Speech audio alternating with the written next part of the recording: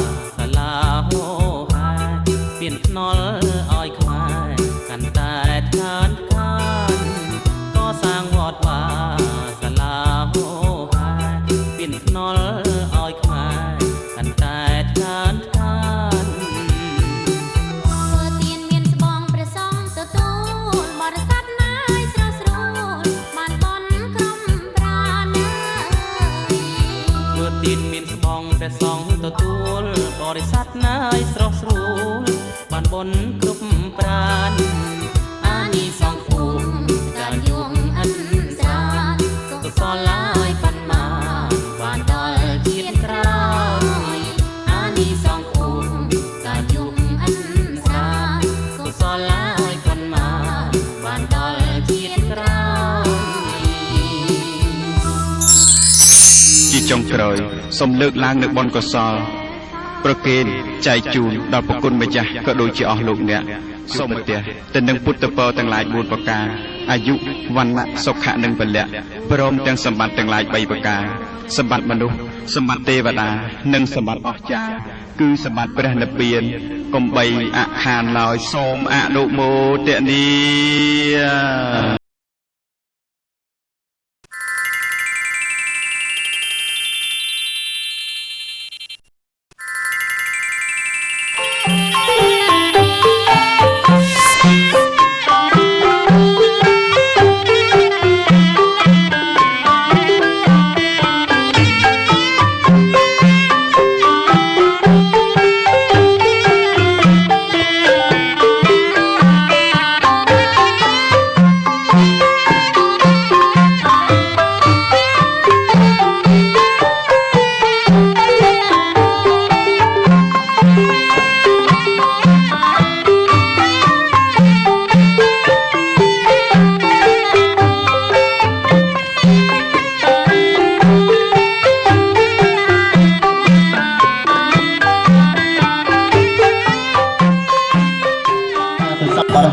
ទាំងឡាយដែលមានសទ្ធាជ្រះថ្លាជឿជាក់ក្នុងពុទ្ធសាសនាកំណំយកនឹងចាត់ទុកបច្ច័យនិងអង្គការមក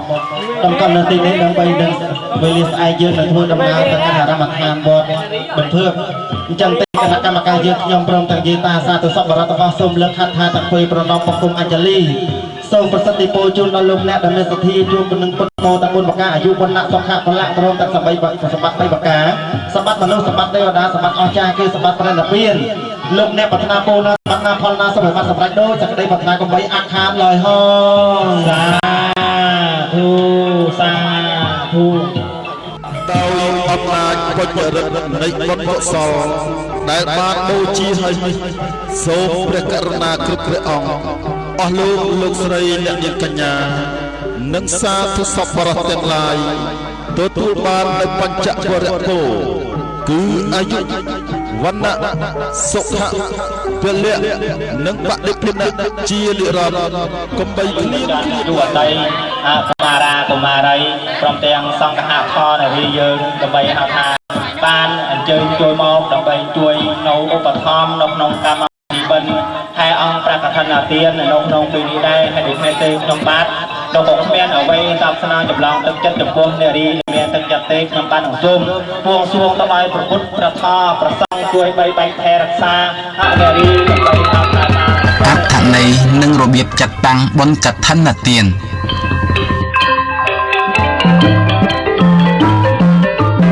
ចិត្តប្រកបដោយប្រសាទសទ្ធាដ៏បរិសុទ្ធដែលម្ចាស់ដើមទានប្រធានដើមបុណ្យបានឯកភាពគ្នាក្នុងក្រុមគ្រួសារចំណាយនៅធនធានកសាងឲ្យកើតមានឡើងដើម្បីដង្ហែទៅវេប្រគេនដល់ព្រះភិក្ខុសង្ឃក្នុងថ្ងៃស្អែកនេះអាស្រ័យដ៏មានបំណងយល់ឃើញថាគឺជាទានដោះចម្លែកផ្លែកពីទានដតីដោយផ្ដល់នៅផលអានិសង្សដល់អ្នកធ្វើទានផងផ្ដល់អានិសង្សដល់ភិក្ខុសង្ឃជាបដិគាហកៈអ្នកទទួលផងហើយក៏ជាទានមានកំណត់កាលត្រឹមត្រូវពុំមែនចង់ធ្វើថ្ងៃណាខែណាក៏បានដូចជាទានដតីនោះឡើយព្រោះហេតុនោះហើយបើកាលសម័យដ៏សមគួរដល់ព្រមហើយក៏នាំគ្នាប្ររពធ្វើក្នុងពេលនេះតែម្ដងដើម្បីប្រមូលផ្ដុំបច្ច័យមួយចំនួនសម្រាប់ឧបត្ថម្ភក្នុងការកសាងវត្តអារាមផងម្យ៉ាងទៀតការចាត់តាំងនៅបុណ្យកឋិនទាននេះគឺដើម្បីទទួលបាននៅកម្រៃអានិសង្សសម្រាប់ជាធម្មបណ្ណាការឧទ្ទិសជូនជាកិច្ចកតញ្ញូតាធម៌ចំពោះបុព្វការីជនទាំងឡាយដែលទម្លុះកាយទម្លេខន្ធจากលោកនេះទៅហើយនោះឯងដូច្នេះកុសលផលអានិសង្សដែលកើតឡើងអំពីកឋិនទានក្នុងពេលនេះទាំងប៉ុន្មានយើងខ្ញុំសូមឧទ្ទិសជូនចំពោះដួងវិញ្ញាណក្ខន្ធនៃបុព្វការីជនទាំងឡាយក៏ដូចជាអនុជនបច្ឆាជនគ្រប់រូបសូមឲ្យបានប្រកបដោយសេចក្តីសុខចម្រើនគ្រប់ប្រការ នឹងសោយនៅសម្បត្តិទឹកគ្រប់យ៉ាងតាមសេចក្តីប្រាថ្នារៀងខ្លួន ខ្ញុំបាទនឹងឧទ្ទិសនាមគ្រូចាគ្រូចាធីដើម្បីឡើងសម្ដែងនៅសន្ទរកថាណាវៀតណាមក៏ខ្មែរអីដើម្បីថាជួងទៅដល់បងប្អូនយាយតាមានបងប្អូនយូរទាំងអស់ឯកញ្ញាមានសទ្ធាច្រាស់ថាជឿជាក់ក្នុងព្រះពុទ្ធសាសនាដើម្បីថារិទ្ធនានៅជាអង្គការនៅជាអង្គកឋិនហើយដូច្នេះទេខ្ញុំបាទសូមគោរពអញ្ជើញគ្រូចាបាទសម្ពុតជាព្រះសាស្ត្រាជាគ្រូអស់ទេវតានិងសត្វទាំងឡាយដោយសក្តិគោរពជ្រះថ្លាព្រមទាំងប្រធមតាម84000បឋមខណ្ឌដែលជាពាក្យទូលមានព្រាមបណ្ដៅរបស់ព្រះអង្គនិងព្រះសង្ឃដែលជាពូជពងវងតកូលជាអ្នកថែរក្សាធម៌អាសខាវិន័យសូមគោរពដល់លោកតាលោកយាយពុកម៉ែបងប្អូនពូមីងញាតិមិត្តសាសាលហិតភូមិបងប្អូនជាមួយទាំងអស់ដោយសក្តិគោរពជ្រះថ្លា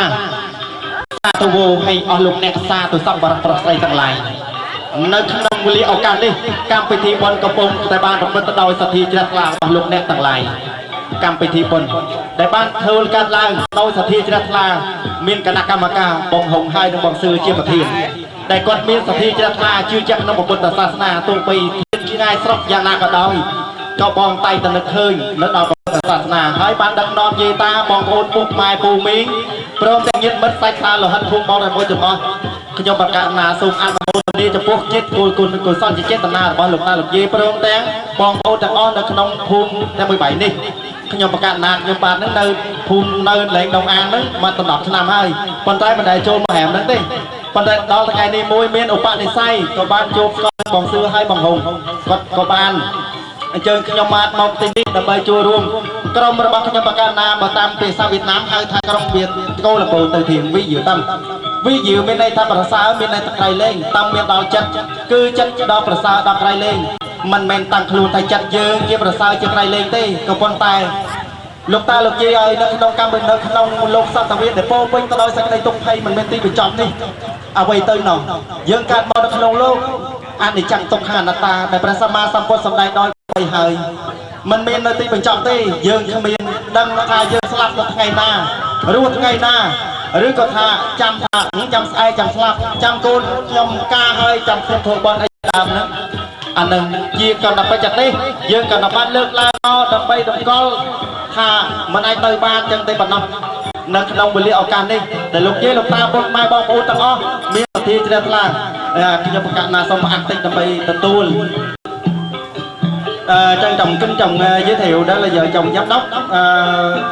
vận tải hàng hóa anh vợ chồng Kim Sơn là vợ chồng Mạnh Thường Quân là kính mời anh chị bước vào khán này dương trong tầng sông thua nơi sang đây không mắt tôn chồng bua rồi mới cùng hông coi cô đây chúng ta đôi trên tầng này cái đấy đôi anh chị tầng này cái đây đây mình ban đại điệp trong sông khớp ta đôiสถีตดอยประเพณีខ្មែរឬក៏ប្រពៃពុទ្ធសាសនាឡើយហើយដល់ស្រាប់ហើយសុខគេហើយយើងបានមកធ្វើចឹងប្រពៃវត្តប្រសើរហើយលោកក៏សូមអត់ខន្តីអភ័យទោសគេថាគេនៅក្នុងទឹកវត្តតែមានត្រីដល់ការនិយាយស្ដីវត្តតែមានខុសឆ្គងហើយការរៀបចំរបស់ខ្ញុំកម្មការហ្នឹងវាមិនតំណងក៏សូមញាតិមិត្តបងមេត្តាអធិស្ឋានដូច្នេះហើយខ្ញុំប្រកាសនៅគណៈរណានឹងសូមធ្វើនៅសេចក្ដីការប្រំធានដូចតទៅដោយអត្ថមនិញផលនាទីនេះសូមជួយញ៉ាំយើងទាំងអស់គ្នាបានសំប្របជួបទៅនឹងសេចក្ដីសុខក្ដីចម្រើនជាអ្នកមានសុខកាយសប្បាយចិត្តជាអ្នកដឹងហើយចម្រើននៅវិនិច្ឆ័យជាអ្នកមានដេចេះជាអ្នកអត់មានសត្រូវសុខកាយសប្បាយចិត្តជាអ្នកដឹងហើយចម្រើននៅវិនិច្ឆ័យជាអ្នកមានដេចេះជាអ្នកអត់មានសត្រូវមានភាពចម្រើនចម្រើននៅរុងរឿងក្នុងជីវិតគ្រប់កាលទាំងពួងប្រាថ្នាកិច្ចការអ្វីសូមឲ្យបានសម្រេចដោយសេចក្ដីប្រាថ្នាដំណើរទៅកាន់ប្រលោកក៏បានប្រកាសនៅក្នុងមហាតកោដែលមានសម្បត្តិធិជួបប្រទេសតែសម្បត្តិ3មនុស្សសម្បត្តិទេវាសម្បត្តិនេះមានសម្បត្តិអស់ទៅនៅអសវកយាវាហាក៏បីឃ្លៀងឡើយសូមអនុមោទនាសូមអនុមោទនាបានបុណ្យដូចគ្នាទៅហងសូមអនុមោទនាNam mô Bổn sư Thích Ca Mâu Ni Phật. Nam mô A Di Đà Phật. Kính bạch vi tung đức cùng toàn thể quý Phật tử. Hôm nay là ngày đại lễ dân y mà được tất cả các ban trị sự ở đây làm nên để cúng dường đến chùa tại Bình Phước. Kính thưa tất cả quý vị Phật tử, sinh ra trên cõi đời này chúng ta không biết là chúng ta chết ngày nào, mất ngày nào. Dù chúng ta có tiền, có quyền đi chăng nữa, nhưng mà chúng ta bị sát quỷ vô thường lôi kéo đi và chúng ta không biết ngày nào và mất đi và ở lại. dù tất cả quý vị có gì có vàng có tiền có quyền lực đi chăng nữa nhưng chúng ta cũng không thể nào miền Phật Ratana mùi Phật Thom Ratana mùi Phật Sang Ratana mùi đôi sự đây cơ rục chỉ đặt lại và cày lên hay sụp chìm đàn po từ đó kena kamar bình dương tiếng o nâng nhiên dâu chưa phân tập bò để sạch tiếng o hay thì này cứ hẻm 17 นี่คือจะเลือกตีมวยแดดมาบ้านในมอนเหมาะต้องไปจูโรงการวิธีบรรพคณะเตียงระบบเหยียดโยมแต่งอ้อตัวไปเหยียดโยมเรากันเลยนี้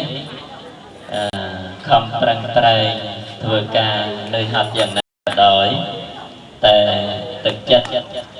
របស់បងប្អូនទាំងអស់នៅតែខំប្រឹងខ្នះខ្នែងដើម្បីជាប្រយោជន៍ខ្លួនគ្រប់គ្នាហើយហេតុនឹងស្មាសបាយចិត្តទោះបីជាពីព្រះអង្គណានិមន្តមកផ្លូវឆ្ងាយក៏ដោយតែការដែលធ្វើដំណើរមកហ្នឹងក៏ថាមានការហត់ក៏ពិតមែនតែមានសบายចិត្តត្រង់កន្លែងដែលញាតិញោមទាំងអស់ដែលមានចិត្តល្អគ្រប់គ្នាបានប្រពឡើងធ្វើខណ្ឌនេះដើម្បីដង្ហែប្រវត្តិភឿងហេតុនឹងហើយអាត្មាក៏សូមសរសើរនៅទឹកចិត្តរបស់គណៈកម្មការទាំងអស់ហើយក៏នៅក្នុងឱកាសនេះមានប្អូនធីដល់វិយតំក៏បានចូលរួម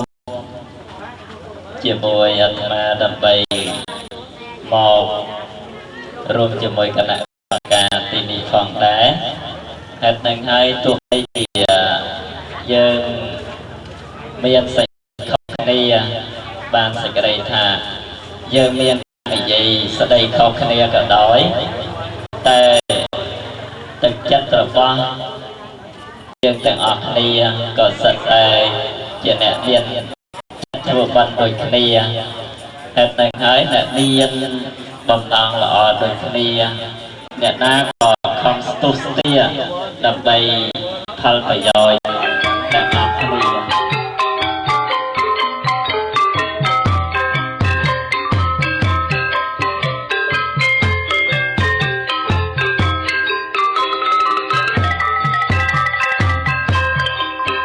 បុណ្យកឋិនទានជាបុណ្យមួយមានតែក្នុងព្រះពុទ្ធសាសនាប៉ុណ្ណោះជាទានមានមកតាមផ្លូវព្រះវិន័យហើយក៏ជាកាលទានដ៏វិសេសមួយមានកំណត់ពេលវេលាយ៉ាងច្បាស់លាស់ពុំមែនចេះតែធ្វើនៅពេលណាក៏បានតាមចិត្តចង់នោះឡើយតាមរឿងដំណាលកាលព្រះសម្មាសម្ពុទ្ធគង់នៅជាធរមាននាដើមរដូវវស្សាព្រះសង្ឃនិមន្តទៅមកច្រើនពេកនាំឲ្យជន់ទៅលើរុក្ខជាតិនិងសត្វមានជីវិតមួយចំនួននាំឲ្យបំពេញទៅលើធម៌បាណាតិបាតម្យ៉ាងទៀតក្នុងរយៈពេលនេះជារដូវវស្សាផងការធ្វើដំណើរទៅមករបស់ព្រះសង្ឃក៏ជួបលំបាកច្រើនហើយនេះក៏ជាពេលដែលពុទ្ធសាសនិកជាប់រវល់នឹងការងារស្រែចម្ការព្រោះហេតុដូច្នោះហើយ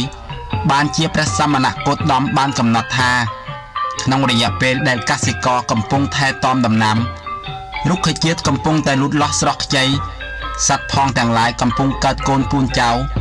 ព្រះសង្ឃត្រូវតែគង់ចាំព្រះវស្សាក្នុងវត្តគ្រាន់តែជិញទៅក្រៅនៅពេលណាមានការងារសំខាន់ប៉ុណ្ណោះគឺដែលជាអ្នកគេហៅថាដឹកនាំបងប្អូនយាយតាមាននៅក្រុមវេទ17របស់យើងថាគ្រូក៏មានហៅថាហត់នឿយណាយាយតាអើយខំប្រឹងខ្នះខ្នែងដើម្បីហៅថាហៅបងប្អូនយាយតាដល់បវរណាអង្គការទៅជួបព្រមទាំងបច្ច័យដើម្បីរិចនានៅជាអង្គការព្រមទាំងកឋិនបរិវារព្រមទាំងបរិខាដើម្បីហៅថាឡើងជាអង្គកឋិនហើយទេខ្ញុំបាទនឹងសូមឧទ្ទិសនាមរបស់ចាដើម្បីឡើងសម្ដែងសន្តរកថាដើម្បីជួយតាបន្តិចបាទពេលវេលាថាយើងក៏មិនតាន់ក៏មិនបានវិញដែរពេលវេលាយើងក៏មិនបានវិញហើយដូចតែបាទសូមគ្រប់បញ្ជើញគ្រូ ខ្ញុំបាទនឹងសម្ដែងឲ្យវិញថ្ងៃដូចជានៅក្នុងការរៀននេះគឺថាក៏ឃើញថាអង្គកថានទានដែលកើតឡើងពុបហេតុដែលអង្គកថានទានកើតឡើងនេះក៏ដោយសារគំនិតលោកគ្រូចាធនបាទលោកគ្រូចាធនដែលតាំងពីមុនមកលោកគ្រូដែលជាអ្នកមានសទ្ធាក្នុងព្រះពុទ្ធសាសនាហើយក៏បាននាំគ្នាទៅវត្តពោធិស្ថារាមខេត្តបន្ទឿនោះនៅខាងខេត្តបន្ទឿនោះក៏បាននាំគ្នាទៅវត្តនឹងបាទហើយក៏មានអណត្តអាសូរចំពោះវត្តពោធិស្ថារាមខាងខេត្តបន្ទឿនោះហើយក៏បានបបួលគ្នាព្រមទាំងសង្គមគ្រួសារនិងបងប្អូនបាទនិងបងប្អូនដែលជិតខាងដូចជានៅក្នុងនោះមានប្អូនរឿនបាទដូចជាមានប្អូនរឿនមីញ៉ាន់និងប្អូនយ៉ាវប្អូនហើប្អូនធឿងផូននិងប្អូនលឹកនិងប្អូនធិនបាទប្អូនធិននឹងខ្ញុំសូមជូនដំណឹងដល់អ្នកដែលផ្ដើមគំនិតតាំងពីមុនមកដែលបានមានសេចក្តីបំណងបងប្រាថ្នាធ្វើអង្គកថានទានហើយដំណឹងនេះក៏បានផ្ដល់មកដល់យើងខ្ញុំបកករណាគណៈកម្មការព្រមទាំងគណៈកម្មការនឹងហែ3ទាំងអស់គ្នានឹងបងប្អូនមានយើងនៅហែ3នឹងទាំងអស់គ្នាដែលបានស្របនៅយោបល់នេះបានទទួលដំណឹងនេះហើយក៏បានស្របហើយក៏បានរៀបចំមកធ្វើមកកន្លែងនេះបាទនឹងសូមជូនដំណឹងដល់បងប្អូនយើងបានជ្រាបហើយនៅក្នុងពេលដែលបណ្ឌិតគូយ៉ាធននឹងគាត់ក៏បានគឺថានៅក្នុងមួយខែបងប្អូនបានម្នាក់ចេញមួយខែ200ប៉ុនម្នាក់មួយខែចេញ200ប៉ុននៅក្នុងនោះមាន9នាក់បាទនៅក្នុងនោះមាន9នាក់នៅក្នុងមួយខែ200ប៉ុនដល់7ខែឡើងទៅបាន12លាន100ប៉ុនបាទនេះសូមជូនដំណឹងឲ្យបានជ្រាបហើយក៏បានដកនៅ3លាន630ប៉ុនតិចចែវនៅត្រៃបាទលោកនិយាយថាចែវនៅត្រៃហ្នឹងគឺថាបច្ច័យដែលបានដកហ្នឹងខ្លះចូលរួមអានេះមិនមែនតិចថាខ្ញុំបាននិយាយហ្នឹងក៏មិនមែនថាចង់ថាមិនមែនជាមិនដែលគ្រូនឹងជាអ្នកអង្គម្ចាស់តខិនទេដូចថាអ្នកផ្ដើមគំនិតមូលហេតុដែលបានកកើតឡើងអង្គកថានទាននេះគឺថាមានអ្នកផ្ដើមគំនិតបានអាចទៅរួចនេះចឹងដូចថាដើម្បីនឹងជូនដំណឹងឲ្យបងប្អូនយើងបានជ្រាបគឺថាអ្នកខ្លះទៅមិនដឹងណាខណ្ឌណាធ្វើយើងទោះបីយើងជាសង្គមមានប៉ុន្តែមានអ្នកផ្ដើមគំនិតមួយទៅចេញមកហើយដល់ពេលនៅក្នុងឱកាសនេះឥឡូវខ្ញុំបាទនឹងក៏សូមថ្លែងនៅសង្ខេបខ្លីៗហ្នឹងហើយសូមប្រសិទ្ធិព្រោះជូនដល់បណ្ឌិតធនព្រមទាំងបងប្អូនទាំងអស់ព្រមទាំងមីញ៉ាន់មិនដឹងថាមានឈ្មោះអីនៅណាទេដឹងតែឈ្មោះទេមិនដឹងមិនស្គាល់មុខហើយសូមបងប្អូនទាំងអស់ហ្នឹងសូមជួបតែពុទ្ធពរទាំង4ប្រការគឺអាយុវណ្ណៈសុខៈបលៈនិងសម្បត្តិ3សម្បត្តិរូបសម្បត្តិទេវតាសម្បត្តិថ្លៃថ្លាគឺព្រះនិព្វានកំបីគ្លៀងគ្លៀតដែលហោសូមអនុមោទនាសូមអនុមោទនា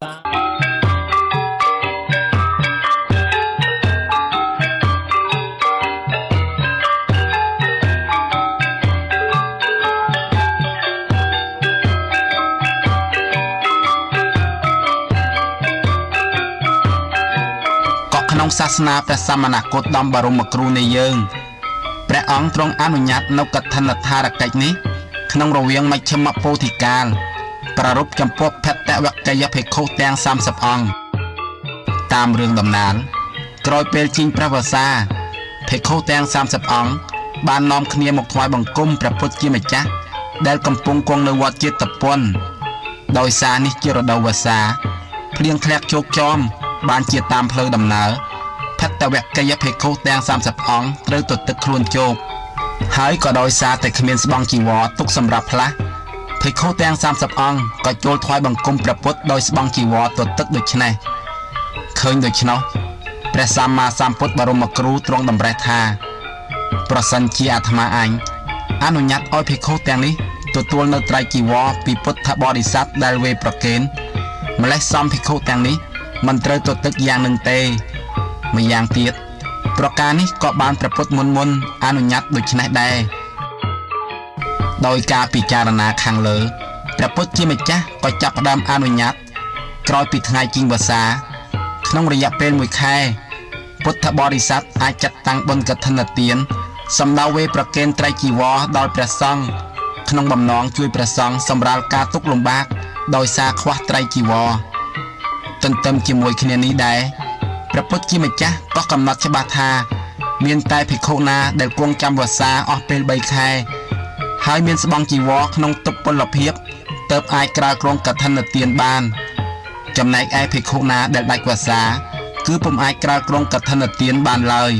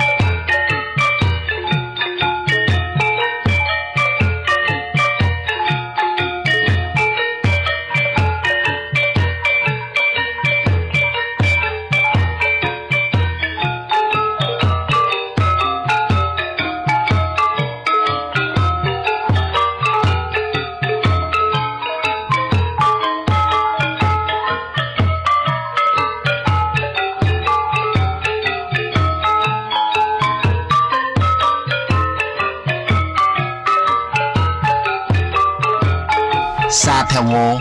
ហើយអស់លោកអ្នកសាធុសពបរិសជនទាំងឡាយតាមទម្លាប់តជាប់មកពុទ្ធសាសនិកណាចង់ដង្ហែកឋិនទានគឺត្រូវចុះឈ្មោះជាមុនជាមួយគណៈកម្មការវត្តតាំងពីថ្ងៃចូលវស្សាការចុះឈ្មោះជាមុននេះគឺសំដៅជៀសវាងការដង្ហែជាន់គ្នារួចប្រសិនជាឆ្នាំណាគ្មានពុទ្ធសាសនិកណាឈរជិញធ្វើជាម្ចាស់អង្គឋិនទានទេគណៈកម្មការវត្តនិងប្រជុំពុទ្ធបរិស័ទរួមគ្នាចាត់តាំងបុណ្យកឋិនទានជាសមូហភាព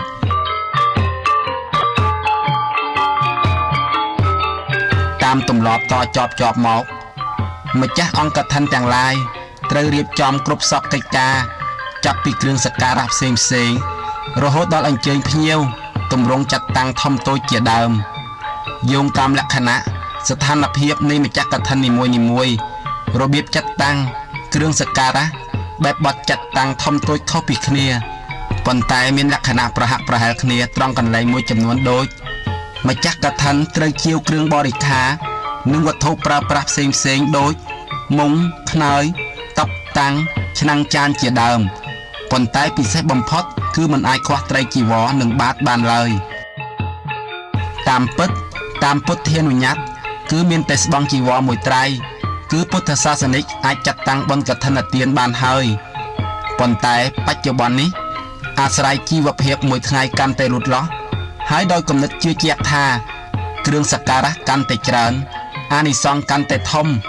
បានជាគ្រឿងសក្ការៈក្នុងបុណ្យកឋិននីមួយៗសម្បូរបែបណាស់គ្រឿងសក្ការៈទាំងឡាយត្រូវបានតុបតែងយ៉ាងស្អាតដាក់ក្នុងសង្ឃឹក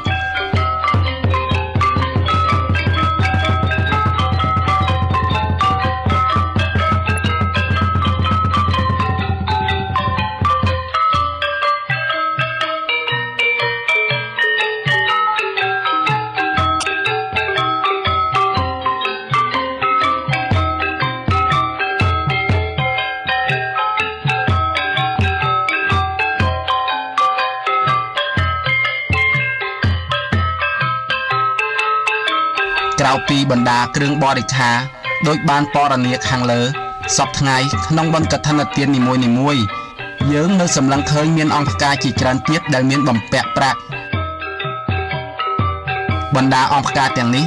គឺជារបស់ឧបាសកឧបាសិកាទាយកទាយិកា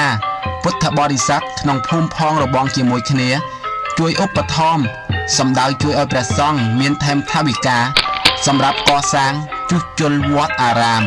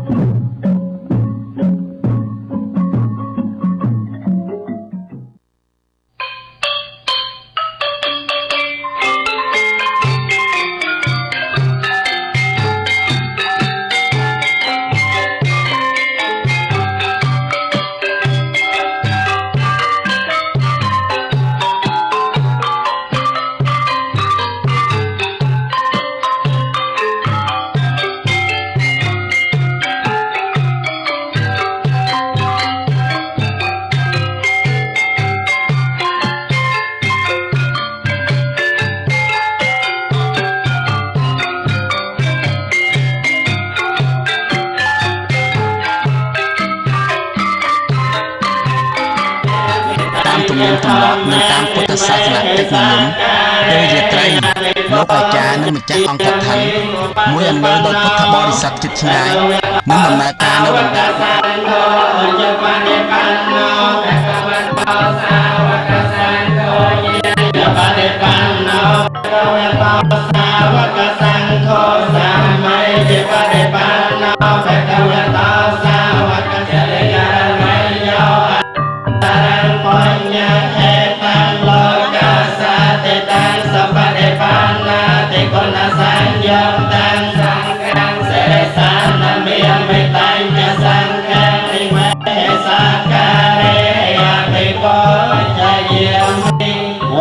มีพุทธะ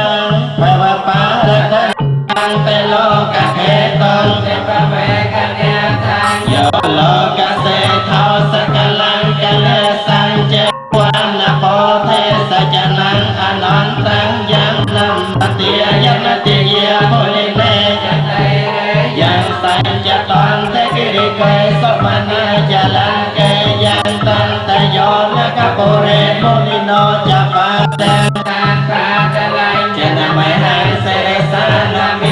สวรรค์นามิลิเกสวรรค์นาปมปเตสวรรค์โกเตนัมติยันติเยปัญจปาสวรังทานังอาหังปันติมิตุราโสโยกัปปะโกเต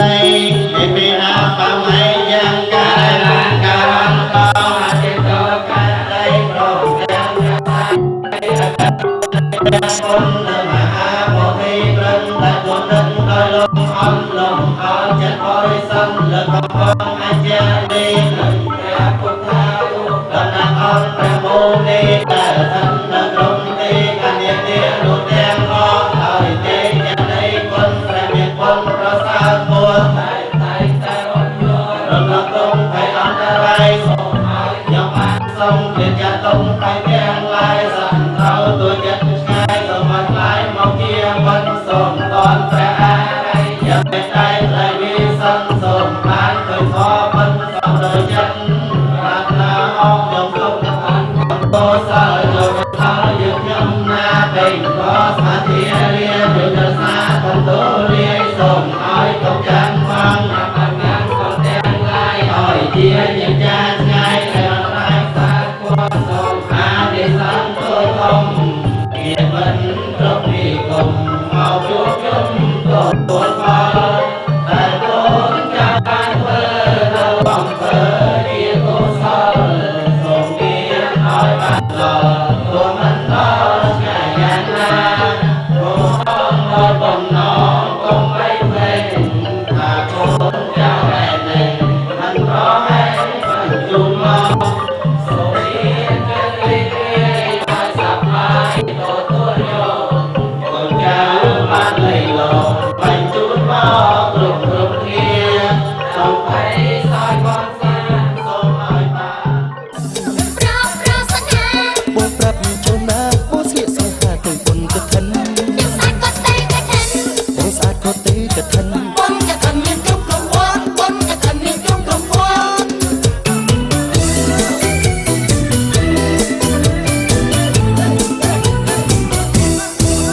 ឆ្នាំមានម្ដងវត្តជាងទទួលកឋិនជួបឯងនិយាយគ្នាសិនឯងពិនទុកឯកាយាខោឡើងកាត់ថ្មីស្លៀកគូនឹងអាយអាចារ្យអ្នកសុំនឹងចូល